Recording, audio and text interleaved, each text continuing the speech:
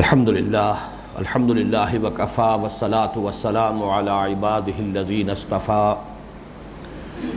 خصوصاً علی افضلہم وخاتم النبیین محمد الامین وعلی آلہ وصحبہ اجمعین اما بعد فقد قال اللہ تبارک وتعالی کما ورد فی اول سورة المؤمنون اعوذ باللہ من الشیطان الرجیم بسم اللہ الرحمن الرحیم قد افلح المؤمنون الى قوله تعالی اولئک هم الوارثون الذین یرثون الفردوس هم فیها خالدون وقال عز وجل كما ورد في سورة المعارج ان الانسان خلق هلوعا اذا مسه الشر جزوعا واذا مسه الخير منوعا الا المصلين الى قوله تعالى اولئك في جنات مكرمون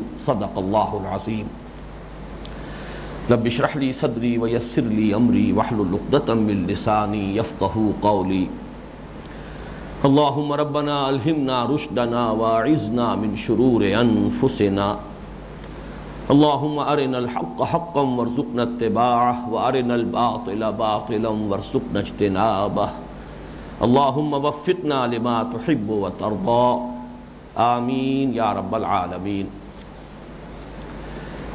گزشتہ دو نشستوں میں ہم نے مطالعہ قرآن حکیم کے منتخب نصاب کے حصہ سوم کے پہلے درس کے ضمن میں تمہیدی نکات بھی نوٹ کر لیے تھے، اور جن دو مقامات پر یہ درس مشتمل ہے اس کا ایک تقابلی مطالعہ بھی سرسری طور پر کر لیا تھا۔ ذہن میں پھر تازہ کر لیں کہ ہمارے اس منتخب نصاب کا جو یہ حصہ سوم ہے، یہ سورۃ العصر میں جو انسانی فلاح اور فوز بلکہ نجات کی جو شرائط ہیں ان میں سے جو دوسری شرط ہے اس کی تفصیل پر مشتمل ہے، عمل صالح پر، اور اس میں خاص طور پر یہ جو مقام ہے جو پہلا درس ہے اس میں انفرادی سیرت، افراد کی شخصیت کیسی مطلوب ہے، ایمان کے نتیجے میں ایک مرد مومن کی زندگی میں کیا خد و خال نمایاں ہوتے ہیں، اور اس کے لیے تعمیر سیرت کی اساسات کیا ہیں، فاؤنڈیشنز کیا ہیں، بنیادیں کیا ہیں، وہ زیر بحث آئی ہیں۔ اس کو ایک اعتبار سے ہم کہہ سکتے ہیں کہ یہ سلوک قرآنی ہے۔ قرآن مجید نے بھی انسان کی روحانی ترقی، تعمیر سیرت، یا علامہ اقبال کی اصطلاح میں تعمیر خودی کا ایک پروگرام دیا ہے، اور ہر پروگرام کی طرح اس کا ایک نقطہ آغاز ہے، ایک نقطہ عروج ہے۔ تو یہاں اس قرآنی سلوک کا جو نقطہ آغاز ہے وہ زیر بحث ہے، اس لیے کہ مغالطہ ہو جاتا ہے قرآن مجید میں، ایک ہی مضمون کا کوئی ایک پہلو کہیں آتا ہے، دوسرا پہلو کہیں اور آ جاتا ہے۔ اگر دونوں کو جمع نہ کیا جائے تو بہت بڑا مغالطہ پیدا ہو جاتا ہے۔ قرآن مجید کی بعض آیات جو ہیں انسان کو مجبور محض قرار دے رہی ہیں، بعض آیات میں انسان کے اختیار اور ارادے اور اس کے فری چوائس کا ذکر ہے۔ معلوم ہوا اگر صرف ان مقامات کو رکھ لیا جائے جن سے ایک جبر محض سامنے آتا ہے تو جبریہ کا موقف قائم ہو جائے گا۔ ان مقامات کو سامنے رکھا جائے جن میں انسان کے اختیار اور اس کے فری چوائس کا ذکر ہے تو قدریہ کا موقف سامنے آئے گا۔ معتدل موقف کب بنے گا؟ جبکہ دونوں مقامات کو سامنے رکھ کر تقابلی مطالعہ کیا جائے، آپس میں ریکنسائل کیا جائے اور پوری بات کو سمجھا جائے۔ اسی طرح سلوک قرآنی کا ایک آغاز ہے، ایک اس کا نقطہ عروج ہے، کہیں وہ بیان ہوگا کہیں یہ بیان ہوگا، لیکن اگر کسی ایک ہی کے اوپر اکتفا کر لی جائے تو غیر متوازن شخصیت وجود میں آ جائے گی، اور یہ بات ہم دیکھتے آ رہے ہیں۔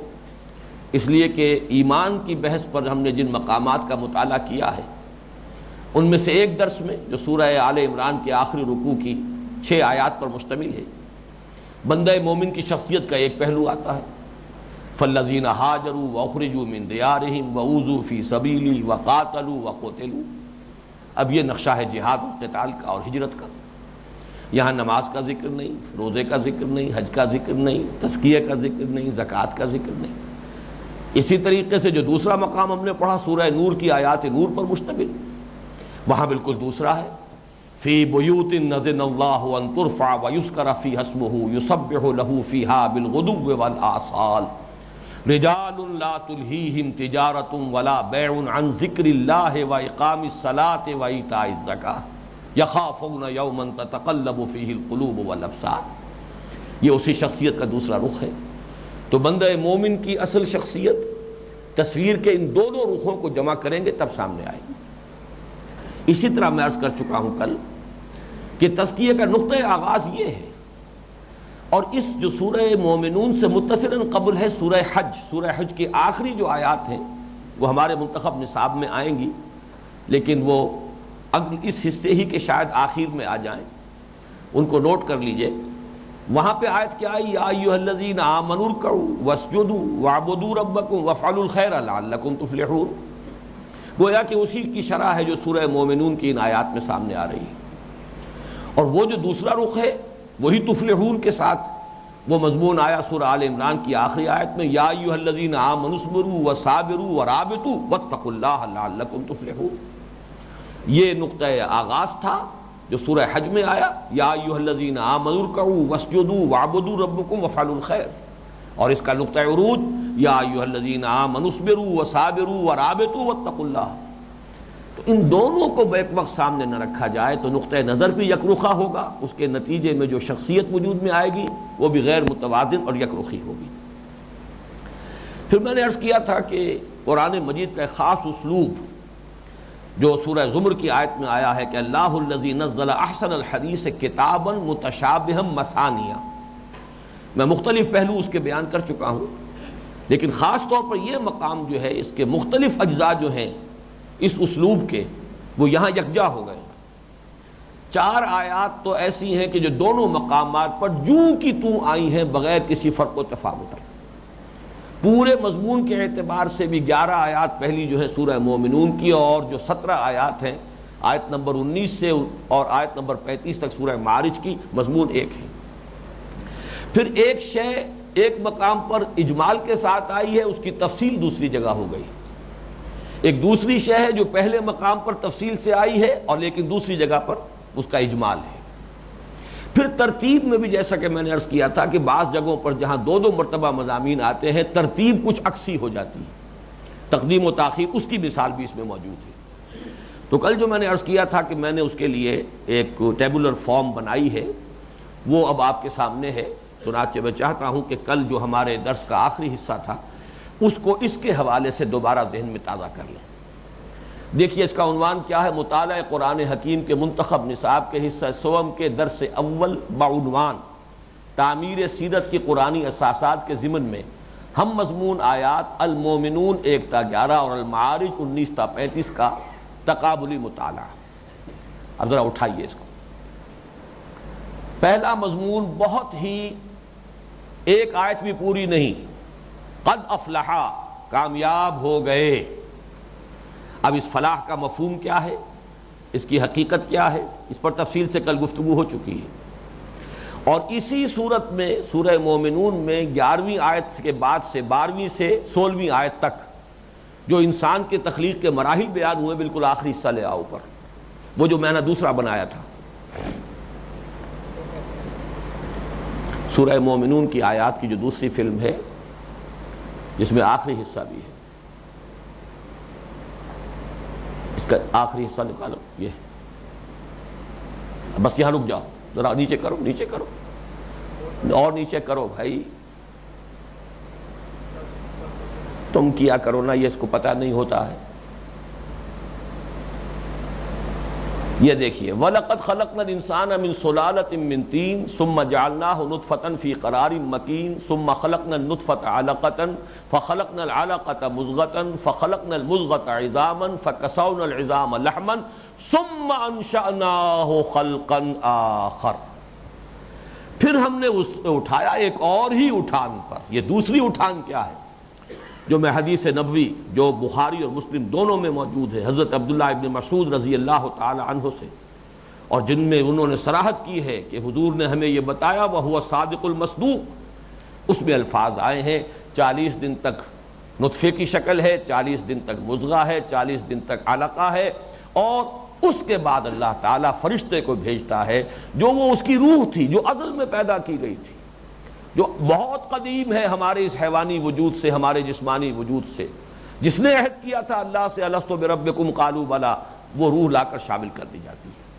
گویا کہ فلاح کا مقصود کیا ہوا کہ اب انسانی شخصیت کے دو اجزاء ہوئے، ایک حیوانی جز ہے، ایک روحانی جز ہے۔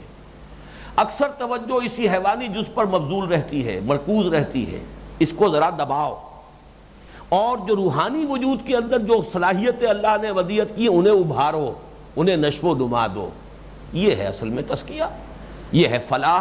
اگر تم نے اپنے اس روحانی وجود کو جو تمہارے حیوانی وجود میں دفن ہے، یہ ایک دفینہ ہے، یہ خزانہ ہے جو تمہارے اس حیوانی وجود کے اندر مدفون ہے، اگر اس کو پھاڑ کر نکالو گے، اسے برآمد کرو گے، نشو و نما دو گے، یہ برگ و بار لائے گا روحانی وجود، تو فلاح حاصل کر لو گے، تو کامیاب ہو جاؤ گے۔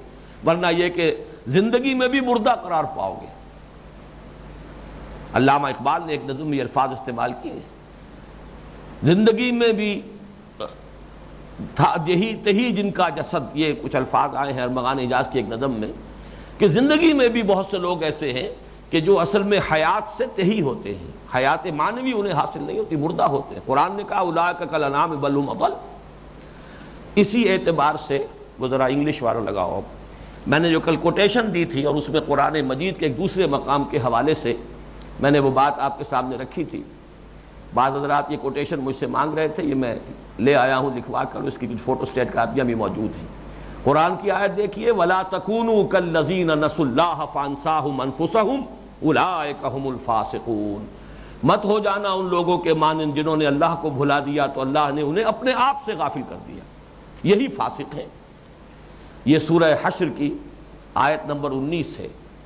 اب دیکھیے اپنشد کا جملہ، Man in his ignorance identifies himself with the material sheets which encompass his real self۔ ایک ہماری ریئل سیلف ہے، ایک ہماری خودی ہے، ایک ہماری انا ہے، ایک یہ ہمارا حیوانی وجود ہے۔ اگر وہ انا، وہ خودی کمزور ہے، ضعیف ہے، مزمحل ہے، دفن ہو گئی ہے، مردہ ہو گئی ہے، تو ہمارا یہ حیوانی وجود اس کا مقبرہ بن گیا ہے۔ مقبرہ نہ کہیں، تعزیہ کہہ لیں، تعزیہ مقبرہ ہے چلتا پھرتا، وہ شبیہ ہے کسی مقبرے کی لیکن وہ چل رہا ہے، تو چلتا پھرتا تعزیہ ہے انسان حقیقت میں، کہ حقیقت میں مردہ ہے لیکن حیوان انسان زندہ ہے۔ معلوم ہوا کہ بہت ہی قرب ہے، بلکہ میں یہ سمجھتا ہوں کہ قرآن مجید کی اس آیت کی جو تعبیر اور تشریح جو بہت ہی ویوڈ فارم میں سامنے آئی ہے اس کوٹیشن میں، شاید ہم بیان کریں اسے تو اپنے بیان میں شاید بہت سا وقت لیں گے تب اس کی وضاحت ہو سکے۔ البتہ آپ دیکھیے وہ لے آؤ ٹیبل فارم جو ہے تقابل والا، اس مضمون کو، فلاح کے مضمون کو جو سورہ معارج میں بیان کیا گیا وہ کس اعتبار سے؟ اب یہ تقابلی مطالعہ آئے گا، یا بس ٹھیک ہے ٹھیک ہے، اور آگے اور آگے، قد افلح، بس یہاں لے آؤ، قد افلح۔ ابھی میں نے مومنون کا لفظ آگے ایڈ کیا ہے، یہاں نہیں۔ قد افلح کیا ہے؟ ان الانسان خلق ہلوعا، یقیناً انسان کی تخلیق جو ہے، پیدا کیا گیا ہے انسان بہت تھڑ دلا، کم ہمتا، بے صبرا۔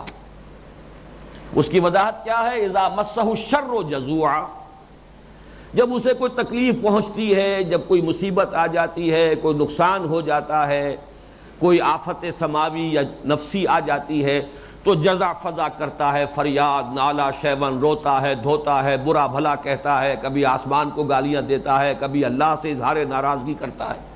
یہ اس کی بے صبری کی ایک مثال۔ اور دوسری مثال، وَإِذَا مَسَّهُ الْخَيْرُ مَنُوعًا، اگر خیر مل جائے، اور خیر سے مراد یہاں دولت ہے، ویسے عام کریں تو علم بھی ایک خیر ہے، لیکن یہاں پہ اصل مراد اِنَّهُ لِحُبِّ الْخَيْرِ لَشَدِيدٌ، قرآن مجید نے اس کو جو ہے خیر کے لفظ کو زیادہ انسان کے عام جو ذہنیت ہے اس کے مطابق استعمال کیا ہے۔ دولت، اگر دولت مل گئی تو اب سمیٹ کر رکھتا ہے، کسی اور کو نہ پہنچ جائے، تجوریوں کے دروازے بند رکھتا ہے، یہ بھی اس کے تھردلے پن کی بات ہے۔ الا، اس سے مستثنا ہوں گے کچھ، جو مستثنا ہو گئی وہی قد افلح ہے۔ جو مستثنا ہو جائیں گے، جو اپنی اس تخلیقی ضعف پر قابو پا لیں گے، اس کی تلافی کر دیں گے، اس خلا کو پر کر دیں گے، اپنے روحانی وجود کو تقویت دے کر، وہ قد افلح، وہ فلاح پا جائیں گے۔ اس لیے یہاں الا المصلین، اب مسلین کا لفظ یہاں مومنون کے مقابلے میں آیا ہے۔ گویا کہ مومن اور مصلی، نماز پڑھنے والا اور صاحب ایمان، یہ گویا کہ مترادف الفاظ ہیں۔ اس پہلو سے اب ہم چل رہے ہیں صلاۃ کے موضوع پر اب قدر تفصیل کے ساتھ گفتگو کرنے کے لیے۔ الذین هم فی صلاتہم خاشعون، اور یہاں فرمایا مقابلے میں الذین هم علی صلاتہم دائمون، وہ لوگ کہ جو اپنی نماز میں خشوع سے کام لیتے ہیں، اور اس کے مقابلے میں وہ لوگ کہ جو اپنی نماز پر مداومت کرتے ہیں، ہمیشگی پابندی کے ساتھ نماز ادا کرتے ہیں۔ نماز کے بارے میں اب ذرا نوٹ کر لیجئے، ایک برڈز آئی ویو لے لیجئے۔ اب تک ہمارے اس منتخب نصاب میں یہ کہاں کہاں زیر بحث آیا ہے لفظ؟ یاد ہوگا جو درس دوم ہے آیت البر، اس میں نیکی کی دو علامات یا نیکی کی روح جو ہے ایمان، اس کے مظاہر میں نمبر 2 پر آیا تھا وَأَقَامَ الصَّلَاةَ وَآتَ الزَّكَاةَ، قائم کی اس نے نماز، ادا کی زکوٰۃ۔ سورہ لقمان میں فرمایا، حضرت لقمان کی نصائح میں، یا بنی اقم الصلاۃ وامر بالمعروف وانہی عن المنکر واصبر علی ما اصابک۔ آیت نور جو ہمارا درس ہے دوسرے حصے کا، اس میں فرمایا گیا رجال لا تلہیہم تجارۃ ولا بیع عن ذکر اللہ واقام الصلاۃ وایتاء الزکاۃ۔ پھر یہ جو سورہ قیامہ جو ہمارے حصہ دوم کا آخری درس تھا، اس میں فرمایا گیا ایمان کے ساتھ گویا کہ بالکل لازم و ملزوم کی حیثیت سے فلا صدق ولا صلی ولکن کذب وتولی۔ میں نے عرض کیا تھا کہ یہاں پر تصدیق بمانی ایمان، صلی اس کا پہلا مظہر، ولکن کذب یہ تصدیق کے گویا کہ بالمقابل، وتولی اور پیٹھ موڑ لی، اللہ کی طرف رخ کرتا ہے انسان تو کہتا انی وجہت وجہی للذی فطر السماوات والارض حنیفا وما انا من المشرکین۔ ہمیں تمام دنیا سے اپنی توجہ کو منقطع کر کے یہ تکبیر تحریمہ جب کر رہا ہوں، انی وجہت وجہی للذی فطر السماوات والارض حنیفا وما انا من المشرکین، جبکہ اگر روح گردانی کی ہے، پیٹھ موڑ لی ہے، تو یہ تولی ہے۔ تو سورہ قیامہ کے فلا صدق ولا صلی ولکن کذب وتولی، ان مقامات پر نماز کا ذکر ہو چکا ہے، اور اس کے مفہوم وغیرہ کے بارے میں بھی کچھ اجمالی اشارے ہو چکے ہیں، لیکن آج ہمیں یہاں اس پر تفصیل سے بات کرنی ہے۔ یہی مقام ہے ہمارے اس منتخب نصاب کے درس کے ضمن میں، جہاں اس موضوع پر ہمیں ذرا شرح و بسط کے ساتھ کلام کرنا ہے۔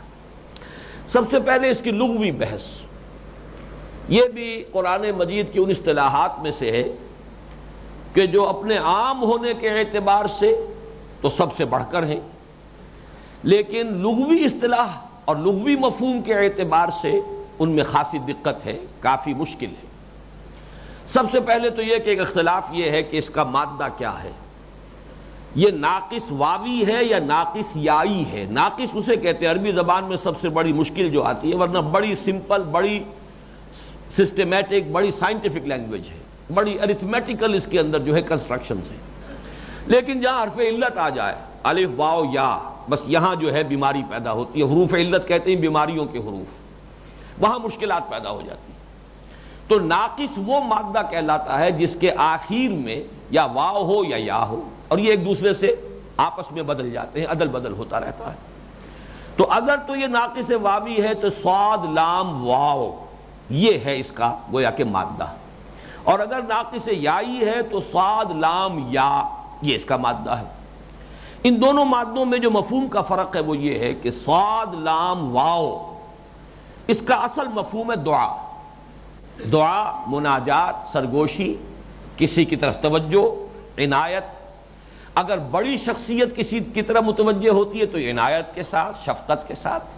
اگر کوئی چھوٹی شخصیت بڑے کی طرف متوجہ ہوتی ہے تو سرگوشی، دعا، مناجات، حمد، ثنا، یہ دونوں در حقیقت ایک ہی لفظ کے اندر دونوں رخ موجود ہوں گے۔ جیسے لفظ توبہ ہے، بندہ توبہ کرتا ہے اپنی گناہ کا اعتراف کرتے ہوئے اللہ کی طرف رجوع کرتا ہے، اللہ تعالیٰ توبہ کرتا ہے، یعنی بندے کے گناہ گاری کے باعث اللہ نے اپنی توجہ اس سے پھیر لی تھی، اپنی عنایت کا رخ اس سے ہٹا لیا تھا، اب وہ دوبارہ اپنی عنایتوں اور شفقتوں کے ساتھ بندے کی طرف متوجہ ہو گئے۔ تو لفظ ایک ہی ہے، لیکن یہ کہ ان دونوں کے مفہوم کے اندر بڑا فرق واقع ہو جاتا ہے۔ اب یہ جو لفظ آیا ہے سورہ توبہ میں خاص طور پر، چنانچہ سورہ توبہ میں فرمایا گیا جو ضعفاء تھے مسلمان، جن سے کچھ کوتاہی سرزد ہو گئی تھی، نہیں جا سکے تھے غزوہ تبوک میں بغیر کسی معقول عذر شرعی کے، ان کے بارے میں جب ان کی توبہ کی قبولیت کا اعلان ہوا ہے تو ایک ساتھ ہی اللہ نے حکم دیا اپنے رسول کو صلی اللہ علیہ وسلم، خذ من اموالہم صدقۃ تطہرہم وتزکیہم بہا وصلی علیہم ان صلاتک سکن لہم۔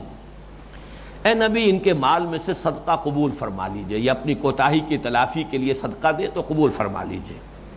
اس صدقے کے ذریعے سے آپ ان کی تطہیر بھی کریں گے، ان کا تزکیہ بھی ہوگا، جو بھی کچھ نجاست لگ گئی تھی، جو بھی کمزوری اور ضعف لاحق ہو گئی تھی وہ اس سے بری ہو جائیں گے، اس کے اثرات زائل ہو جائیں گے۔ خذ من اموالہم صدقۃ تطہرہم وتزکیہم بہا وصلی علیہم، اور ان کے حق میں دعا کیجئے۔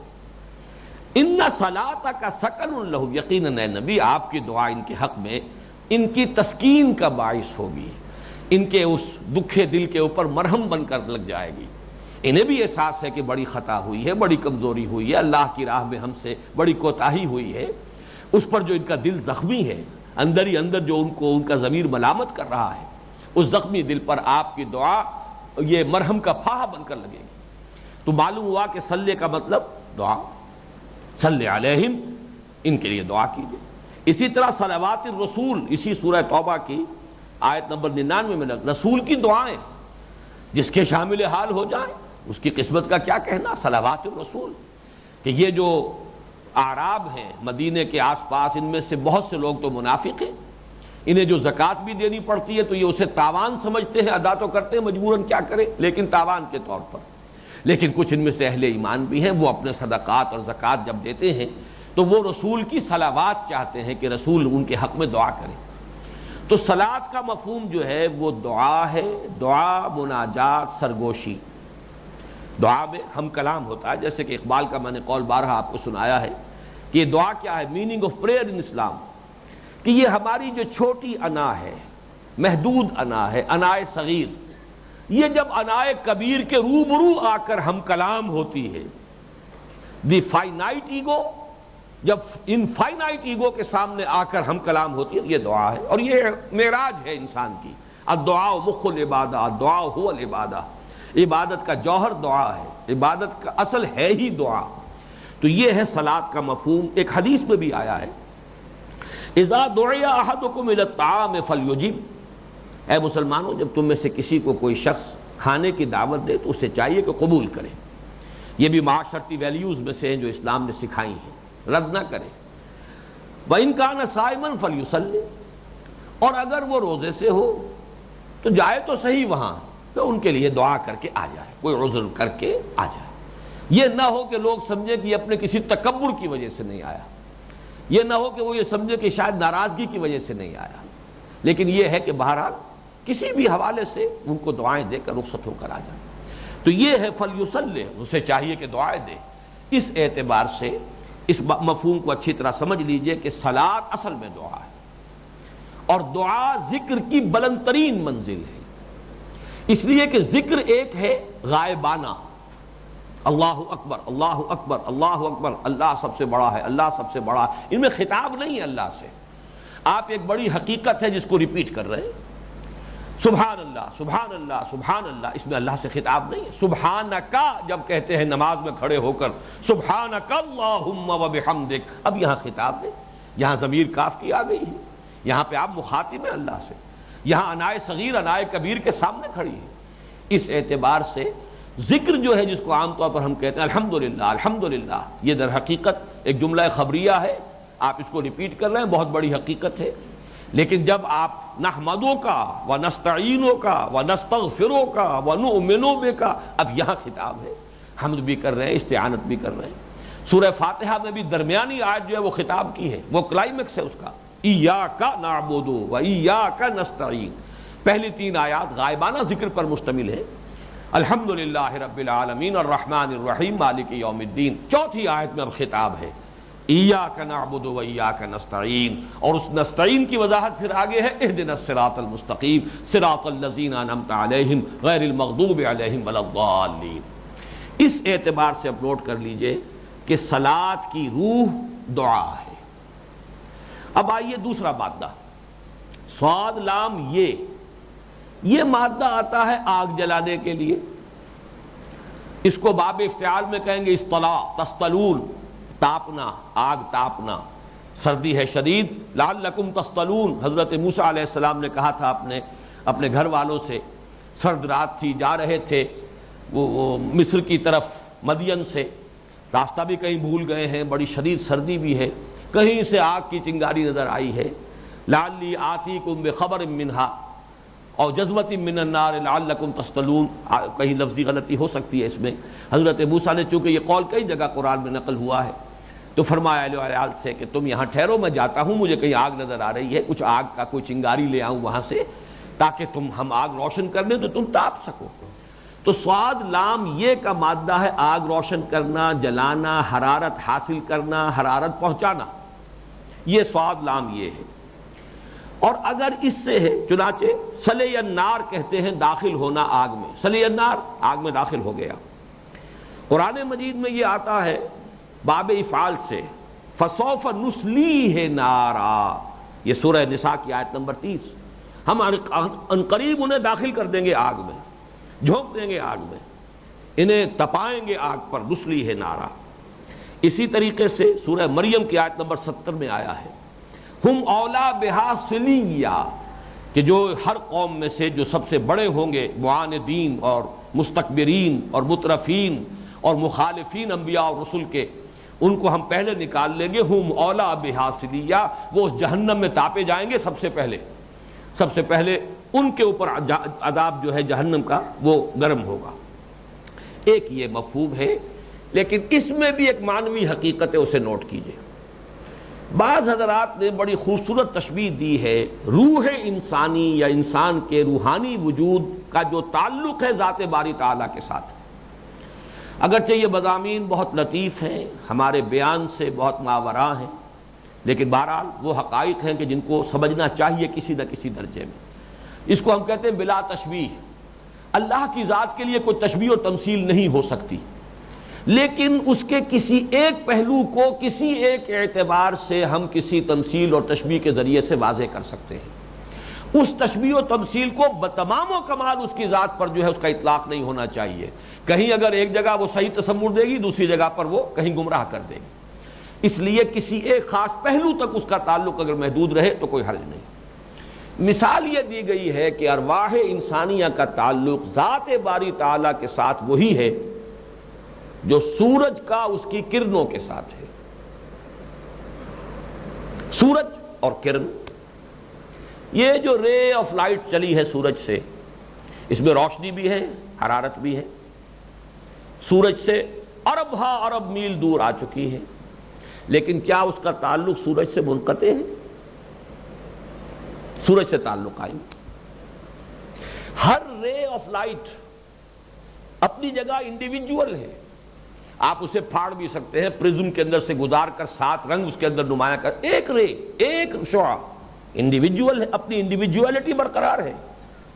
وہ تمام جو ریز ہیں وہ سب کوئی ایک شے نہیں ہے، ہر رے، ہر شعاع جو ہے اپنی جگہ پر اپنی انفرادیت کے ساتھ برقرار ہے، لیکن ذات باری تعالیٰ کے ساتھ تعلق منقطع نہیں ہے۔ بلکہ ایک حقیقت یہ بھی ہے کہ یہ بتایا جاتا ہے کہ سورج سے جب کرن چلتی ہے تو وہ اسٹریٹ لائن میں نہیں ہے، اس کے اندر ایک کرویچر ہے، اور اس میں ایک انہیرنٹ مادہ موجود ہے کہ وہ سورج ہی کی طرف لوٹنا چاہتی ہے۔ وہ تو راستے میں کوئی رکاوٹ آ گئی، اس نے اس کو جذب کر لیا تو بات علیحدہ ہو گئی، زمین پر پڑی، زمین نے اس کو جذب کر لیا، اگر نہ ہو تو یہ بہت طویل سرکل طے کر کے سورج میں واپس آ جائے۔ بالکل یہی ہے آیت کا مفہوم، انا للہ و انا الیہ راجعون۔ ارواح انسانیہ کے اندر اللہ کی طرف یہ رجوع کرنے کا جو مادہ ہے، جو اس کا رجحان ہے، انہیرنٹ ہے، یہ وہی کی شے ہے، وہی جانا چاہتی ہے۔ یہاں تو یہ اپنے آپ کو اس خاکدان میں، اس عالم سفلی میں اپنے آپ کو محبوس سمجھتی ہے۔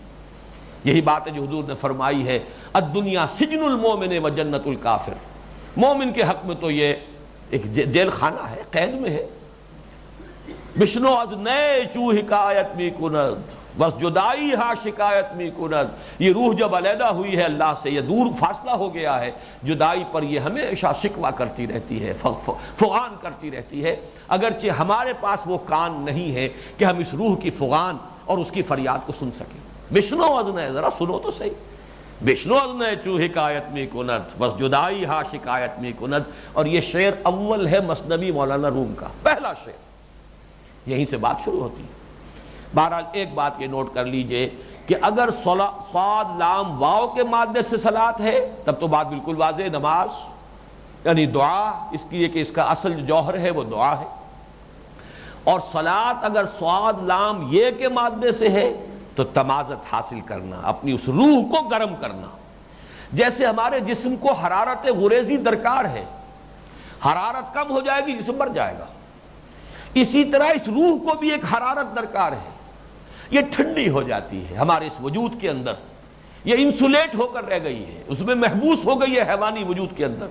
اس کی حرارت کے لیے صلاۃ ہے، اس نماز کے رشتے سے اس کی اپنی کرن جو تمہارے اندر ہے، روح خداوندی، روح جو ہے ملکوتی جو تمہارے اندر ہے، اسے گرم کرو، اس میں تمازت پیدا کرو، اس کے اندر پھر حرارت حیات، جیسے کہ حرارت غریزی جو ہے حیات جسمانی کے لیے ضروری ہے، اس میں اثر نو ایک حرارت، ایک گرم جوشی کی کیفیت پیدا کرو، اس میں محبت کی اور عشق کی ایک آگ لگے اثر نو۔ یہ ہے نماز کا اصل مقصد، یہ نماز کا باطن ہے، وہ نماز کا ظاہر ہے۔ تو معلوم یہ ہوا کہ دونوں مادوں سے اس کا تعلق پوری طرح قائم ہے۔ دو آرا اور بھی ہیں، وہ ذرا ریموٹ ہیں، دور کی ہیں۔ ایک تو سلاء آگ کو کہتے ہیں، اور عربی زبان میں ایک قاعدہ یہ بھی ہے، باب افعال کا بھی اور باب تفعیل کا بھی، کہ جب اس مادے میں الف کا اضافہ ہو جاتا ہے باب افعال میں تو برعکس مفہوم ہو جاتا ہے۔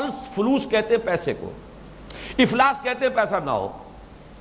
افلاس کے معنی کسی کو فلوس دینا نہیں ہے، بلکہ کسی کا مفلس ہو جانا، یعنی اس کے پاس فلوس نہیں رہے، پیسے نہیں رہے۔ اسی طرح لفظ اسرار ہے، اسرار کے معنی یہ بھی ہے بھید کے طور پر کوئی بات کسی کو بتانا، اور اسرار کے معنی بھید کھول دینے کے بھی، بھید کو بھید نہ رکھنا، اسے بیان کر دینا۔ یہ عربی زبان کا قاعدہ۔ اسی طریقے سے باب تفعیل میں مرضا، وہ بیمار ہوا، اور مرضا بظاہر تو مفہوم یہ نظر آئے گا مرضا کے معنی اس کو بیمار کر دیا، لیکن نہیں، مرضا اس کے مرض کا علاج کیا اور مرض کا ازالہ کر دیا، یہ مرضا ہے۔ اسی پر قیاس کرتے ہوئے ایک رائے یہ دی اہل لغت نے کہ صلاء سے آگ سے نجات پانے کا نام ہے۔ صلاء آگ سے بچا لینا، جہنم کی آگ سے اپنے آپ کو بچا لینا۔ نماز کا اصل مقصود کیا ہے؟ جہنم کی آگ سے اپنے آپ کو بچا لینا۔ جیسے مرضا کے معنی ہے مرض سے نجات پانا یا نجات دے دینا، اسی طرح صلاء سے مراد ہے آگ سے بچا لینا یا آگ سے نجات دے دینا۔ ایک اس سے بھی زیادہ ریموٹ بات ہے، دور کی بات ہے، یہ بعض حضرات سے سنی ہے، مجھے اس کو آج میں نے جتنی بھی تحقیق کی کوشش کی، وقت محدود ہوتا ہے اور میں کوئی عربی لغت کا آدمی نہیں ہوں، نہ لغت کا، نہ ادب کا، نہ صرف کا، نہ نحو کا، میں نہ عارف، نہ مجدد، نہ محدث، نہ فقیہ، کچھ بھی نہیں، لیکن یہ کہ جو بات شنید میں آئی تھی ایک بہت بڑے عالم سے کہ یہی مادہ آتا ہے اپنے کولہوں کو مٹکانے کے لیے، جو رقص میں کام ہوتا ہے۔ رقص میں سب سے بڑا عضو جو ہے انسان کا، چاہے وہ مرد کا رقص ہو چاہے وہ عورت کا رقص ہو، سب سے زیادہ حرکت جو دی جاتی ہے وہ سرین ان کو کہتے ہیں، کولہوں کو۔ تو یہ گویا کہ ابتدا سے عبادت کی بھی سب سے زیادہ جو پریمیٹیو فارم تھی وہ یہی تھی۔ آپ کو معلوم ہے کہ تمام جتنے بھی یہ وحشی قبائل ہیں ان میں رقص ہے، اور وہ ایک خاص وجد کے ساتھ رقص ہے۔ ہمارے ہاں بعض سلسلے جو ہے صوفیاء کے، ان کے ہاں رقص ہے، دے ڈانسنگ درویشز۔ یا آج بھی آپ چلے جائیے قونیہ، جو مولانا روم کا جہاں مقبرہ ہے، وہاں آپ کو ڈانسنگ درویش ملیں گے، یہ لمبی لمبی داڑھیاں اور وہ سارے ان کے جبے اور اب آئیں اور قب آئیں، اور وہ رقص کرتے، وہ ایک وجد کی کیفیت ہے۔ تو گویا کہ اس اعتبار سے بھی ایک تعلق ہے کہ جب انسان پر ایک وجد کی کیفیت طاری ہوتی ہے اور اس وجد کے اندر پھر وہ کوئی حرکتیں کرتا ہے، تو یہ گویا کہ نماز کو اسی کیفیت کو مہذب شکل کے اندر اللہ تعالیٰ نے، اب ظاہر بات ہے جسم کی حرکات تو نماز میں بھی ہے، رکوع بھی ہے، سجود بھی ہے، یہ سب کچھ ہے، لیکن یہ رائے ایک عالم دین سے سننے میں آئی تھی۔ میں نے آج جتنی کچھ بھی تحقیق کی ہے مجھے اس کا کوئی سراغ نہیں مل سکا۔ البتہ یہ کہ چونکہ جو دنیا میں یہ رواج ہے پریمیٹیو نیشنز کے اندر یہ رقص کا، بلکہ ایک منظر میں نے دیکھا تھا، یہ سن 74 کے حج کا ہے، قمر سعید قریشی صاحب بھی میرے ساتھ تھے، ڈاکٹر نسیم الدین صاحب بھی ساتھ تھے، خواجہ نسیم الدین. ہم نے ایک نقشہ دیکھا تھا، حبشیوں کا ایک بہت بڑا مجمع چلا آ رہا تھا منا کی وادی میں. یہ منا جو یعنی دن تھا یوم النحر جس کو ہم عید کہتے ہیں. ہم نے دیکھا عجیب ان کی فارمیشن تھی، باقاعدہ کالم جیسے ملٹری ہوتی ہے، 8-8 10-10 کے ساتھ میں کالم کی شکل میں، عورتیں بھی علیحدہ دو یا تین اور مردوں کی علیحدہ، اور تھنکتے ہوئے اور تھرکتے ہوئے آ رہے ہیں اور ذکر کرتے ہوئے ذکر وہی ہو رہا ہے، اللہ اکبر. لیکن یہ کہ ان کا وہ وجد اور ان کا وہ تھرکنا وہ آج بھی میری نگاہوں کے سامنے. تو معلوم ہوا کہ انہوں نے اپنا وہ بھی جو ان کا ایک قبائلی شعار کبھی رہا ہوگا، جو بھی انداز ان کا رہا ہوگا، انہوں نے اس کو ذکر الہی کے ساتھ جمع کر دیا. تو دو ورلنگ درویشز یا ڈانسنگ درویشز جو ہیں انہوں نے بھی اس کو جمع کیا. بہرحال یہ ایک صرف علمی دلچسپی کی بات کہہ رہا ہوں، اس سے آگے اس میں کچھ نہیں. آگے چلیے، الذین هم فی صلاتہم خاشعون. خشع کسے کہتے ہیں؟ خشع کہتے ہیں جھکاؤ، جھک جانا. چنانچہ خاشعۃ ابصارہم ترہقہم ذلہ، یہ سورہ نون میں آیت آئی ہے یا سورہ قلم میں. ان کی نگاہیں جھکی ہوئی ہوں گی قیامت کے دن، ان کے چہروں پر مایوسی کی سیاہی تھپی ہوئی ہوگی. یہ کافروں کی کیفیت جو ہوگی، فساق و فجار کی قیامت کے دن. تو خاشعۃ النفس، نگاہیں شرم سے جھکی ہوئی، خجالت، شرمندگی سے. اسی طریقے سے سورہ طٰہٰ کی آیت نمبر 108 میں آیا ہے وَخَشَعَتِ الْأَصْوَاتُ لِلرَّحْمَنِ فَلَا تَسْمَعُ إِلَّا حَمْسًا. اس روز آوازیں پست ہو جائیں گی رحمان کے حضور میں پہنچ کر، کوئی بلند آوازی سے بات نہیں کر سکے گا، اور بس کھس کھس کی سی آواز آ رہی ہوگی، کھسر پھسر کی سی بات، اس سے آگے کسی کی آواز سنائی نہیں دے گی.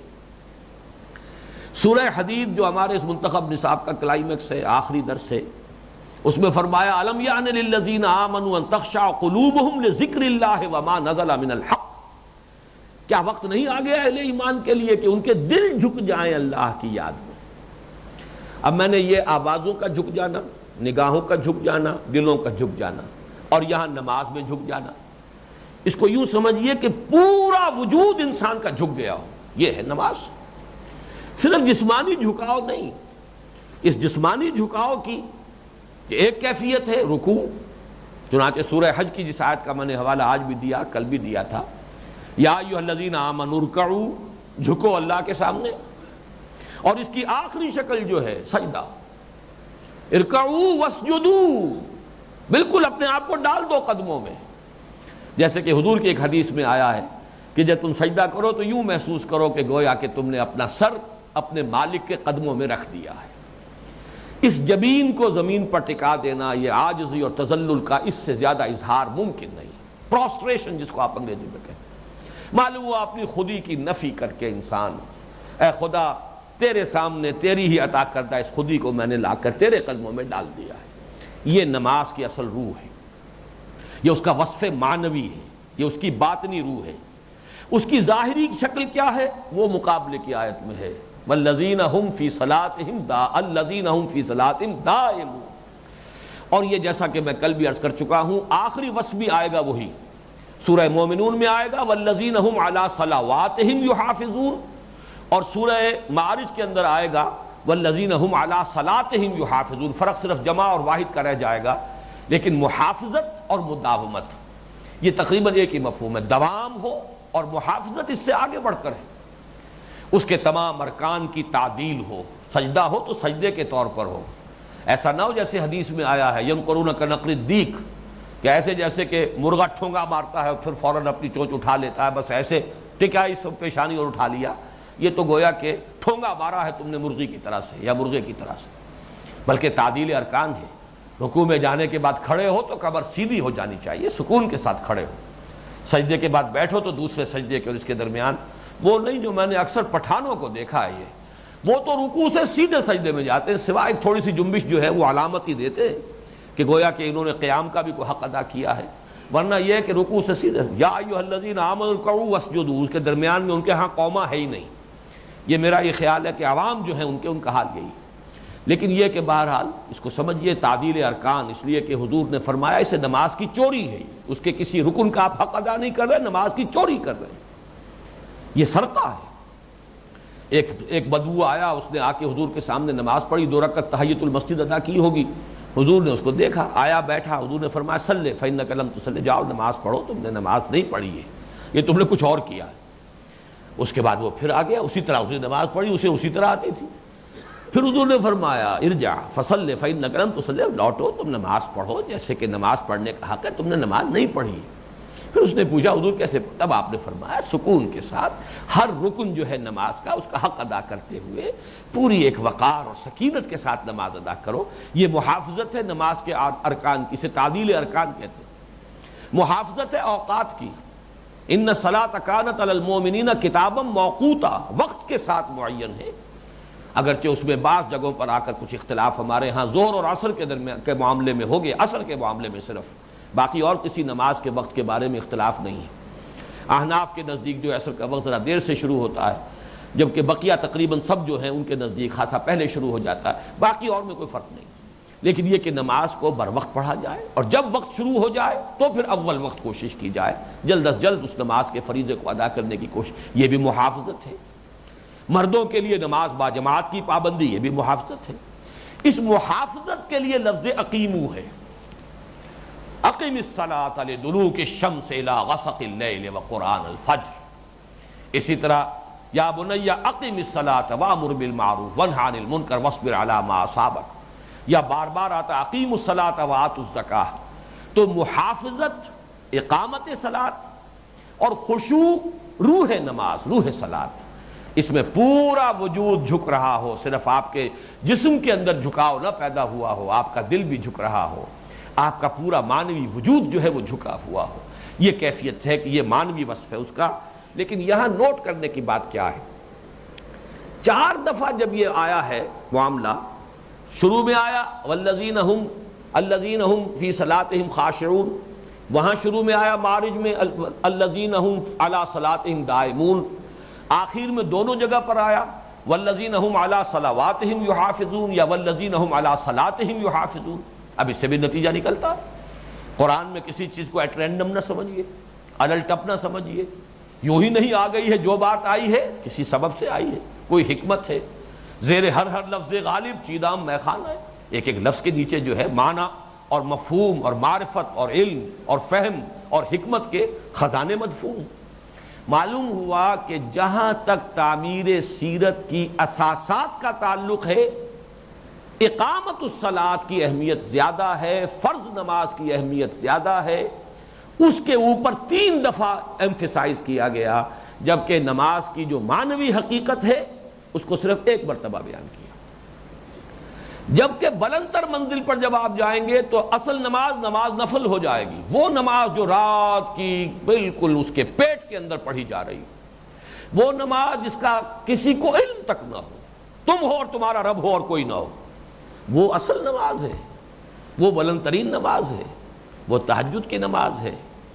اس وقت نماز پڑھنا والناس نیام، جبکہ لوگ سوئے ہوئے ہو، کسی کو پتہ نہ ہو، کوئی تمہیں دیکھ نہ رہا ہو، یہ جو نماز ہے فرض جس کی اقامت کا حکم دیا جا رہا ہے، اس پر نہ صرف یہ کہ تعبیر سیرت کی بنیاد ہے، بلکہ معاشرے کی آرگنائزیشن، معاشرے کی اجتماعی تطہیر، یہ در حقیقت اس کے لیے پیوٹ ہے، اس کے لیے یہ گویا کہ جس سے چکی کا جو قلہ ہوتا ہے جس کے گرد چکی گھومتی ہے، یہ ستون ہے، الصلاۃ عماد الدین، اس دین کا یہ اصل ستون ہے، اس لیے کہ پورا مسلمان معاشرہ اس کے گرد گھومتا ہے، ایک مسلمان کی زندگی کا نظام الاوقات اس کے گرد گھومتا ہے، وہ اپنی اپوائنٹمنٹس طے کرے گا تو نماز کا وقت پہلے دیکھے گا، عصر کے وقت، عصر کے بعد، مغرب کے وقت، مغرب کے بعد، فلاں وقت، یہ اس کے حوالے سے اس کی اپوائنٹمنٹس ہوں گی، گویا کہ اس کی پوری زندگی شکنجے میں آ جاتی ہے نماز کی، وہ ہے یہ اقامت الصلاۃ۔ اچھا اس میں اظہار ہے، اعلان ہے، جاؤ علی الاعلان نماز پڑھو، لوگ بھی دیکھیں کہ نماز پڑھی جا رہی ہے، اس میں اخفا نہیں ہے، جبکہ جو نفل نماز ہے اس میں اخفا ہے، اس میں تنہائی ہے، اس میں علیحدگی ہے، اس کو چھپانا پسند ہے، اس کو بیان کر دیا جائے تو وہ فتنہ بن جاتی ہے۔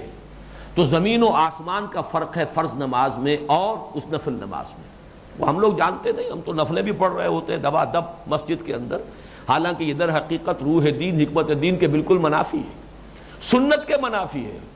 حضور سوائے فرض نماز کے کوئی نماز مسجد میں نہیں پڑھتے تھے، آپ جا کر اپنے حجرے میں نماز پڑھتے تھے۔ یہ نماز مسجد کے اندر تو صرف فرض نماز ہے، باقی نمازیں جو ہیں ان کا پڑھنا اپنے گھروں میں افضل ہے، اولا ہے۔ اس اعتبار سے اچھی طرح سمجھ لیجئے کہ یہاں پر جو ہے اس مقام کو، یہ اب ہم سورۃ الفرقان کا جب مطالعہ کریں گے تو اس کا دوسرا رخ سامنے آئے گا۔ وہ جیسا کہ میں عرض کر چکا ہوں، وہ ہے تعمیر شدہ سیرت جو ہے بندہ مومن کی، اس کی علامت کیا ہے؟ ایک میچور انسانی شخصیت، ایمان سے جو پورے طور سے منور ہو چکی ہے، اس کے خد و خال میں رات کی نماز ہے، تہجد کی نماز ہے۔ اور ایک وہ ہے کہ جو اساسات شخصیت کی تعمیر کی اساسات ہے، اساسات تعمیر، فاؤنڈیشنز، اس میں یہ نماز فرض، اس کا نظام، اقامت الصلاۃ، اس کی محافظت، اس کی مداومت، یہ 3 درجے اہم ہے خشوع سے۔ خشوع کا ذکر ایک دفعہ آ رہا ہے اور 3 مرتبہ اس کی مداومت اور محافظت کا ذکر ہو رہا ہے۔ بارک اللہ لی ولکم فی القرآن العظیم ونفعنی وإیاکم بالآیات والذکر الحکیم۔